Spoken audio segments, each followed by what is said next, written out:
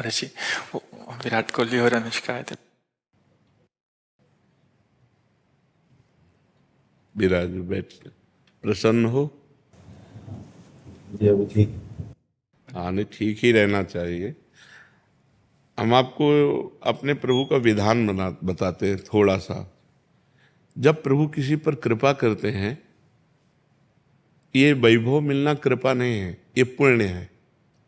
पुण्य से एक घोर पापी को भी बहुत देखो, पाप करके भी उनका कोई पुण्य है जिससे वो सुकृत पूर्व के सुकृतवश चल रहे हैं, नया पाप है।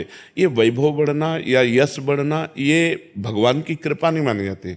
भगवान की कृपा मानी जाती है अंदर का चिंतन बदलना, जिससे आपके अनंत जन्मों के संस्कार भस्म होकर और अगला जो है वो बड़ा उत्तम होगा। अंदर के चिंतन से होता है, बाहर से कुछ नहीं होता। महत्व अंदर का चिंतन। अच्छा, अंदर का चिंतन हम लोगों का स्वभाव बन गया बहिर्मुखी। बहिर्मुखी मतलब बाहर, बाहर यश कीर्ति लाभ विजय, इससे हमको सुख मिलता है। अंदर से कोई मतलब नहीं रखता कोई, कोई विरला ही अंदर से।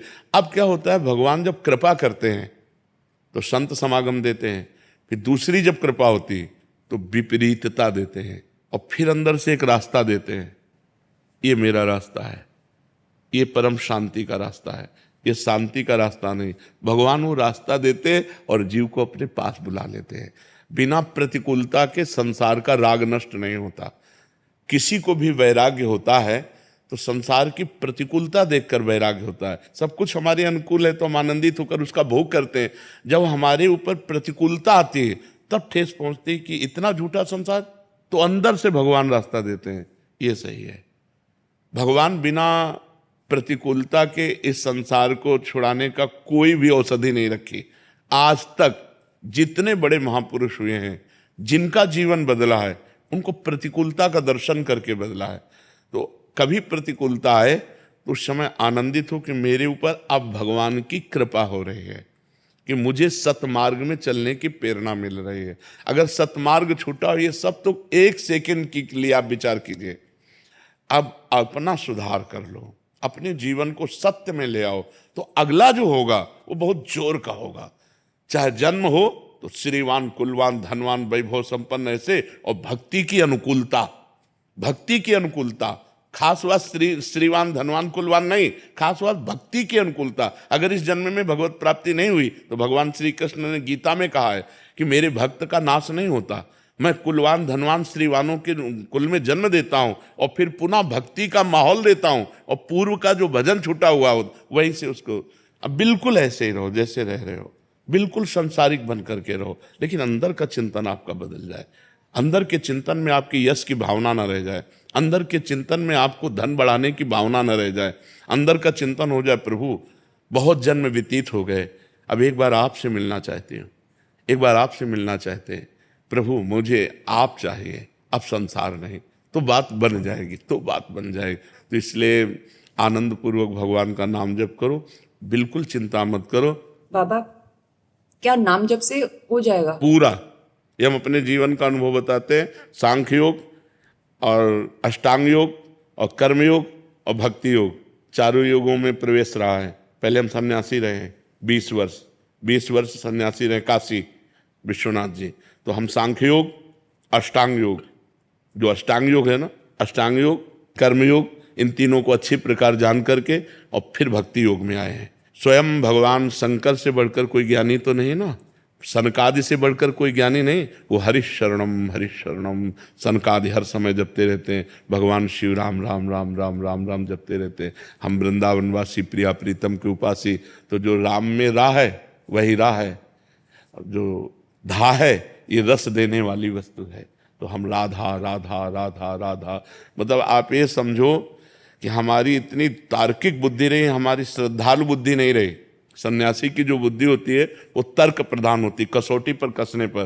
तो हम केवल भावुकता में राधा राधा का प्रचार नहीं कह रहे कि हमने सुना और ऐसे ग्रंथों में पढ़ा, ऐसे कह रहे, स्वयं स्वाद लेके कह रहे और विश्वास के साथ कह रहे कि यदि आप राधा राधा जपते हो तो इसी जन्म में भगवत प्राप्ति हो जाएगी, इसी जन्म में। जैसे किसी से कहा जाए कि तुम सत्य बोलो, मंदिर में चढ़ के बोलो, तो हम मंदिर में नहीं, हम वृंदावन में बैठे हैं। करोड़ों मंदिर इसकी समानता नहीं कर सकते, भगवान का परम धाम है। अगर राधा राधा नाम चल रहा है तो इसी जन्म में भगवत प्राप्ति हो जाएगी। हमारी आखिरी श्वास यदि राधा, तो मुझे श्री जी की प्राप्ति, भगवान की प्राप्ति हो जाएगी। इसमें कोई संशय नहीं और किसी साधनों की कोई आवश्यकता नहीं। आप केवल अंदर ही अंदर चलाइए और लिखिए। देखो, हम जो कह रहे हैं उसको समझो। बहुत अधिक नाम जपने की हमें चेष्टा नहीं करनी, कम संख्या हो लेकिन मन लगा करके हो।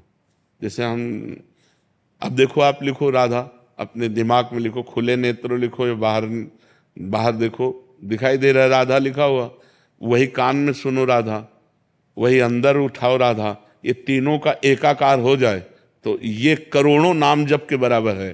देखो, जैसे हम बोला राधा, ऐसे हम 1000 राधा नाम बोले तो हम बोला राधा, ये उपांशु है, इसे उपांशु कहते हैं। राधा राधा राधा राधा 1000 बार, ये उपांशु हुआ। अब ये ऐसे उपांशु हम 10,000 बार जप करें, अंदर देखते हुए बोले राधा, उपांशु 10,000 बार नाम जप करने का फल एक बार मानसिक में है। इतना बड़ा फल है ये। ऐसे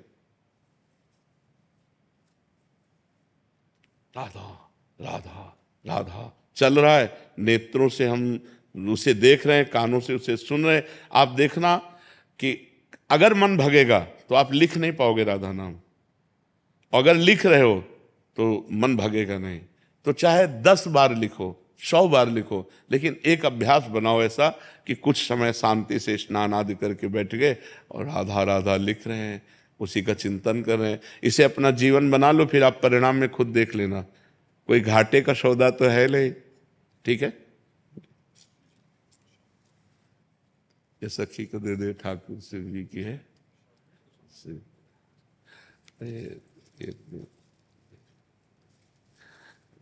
खूब आनंदित रहो, नाम जप करते रहो, प्रसन्न।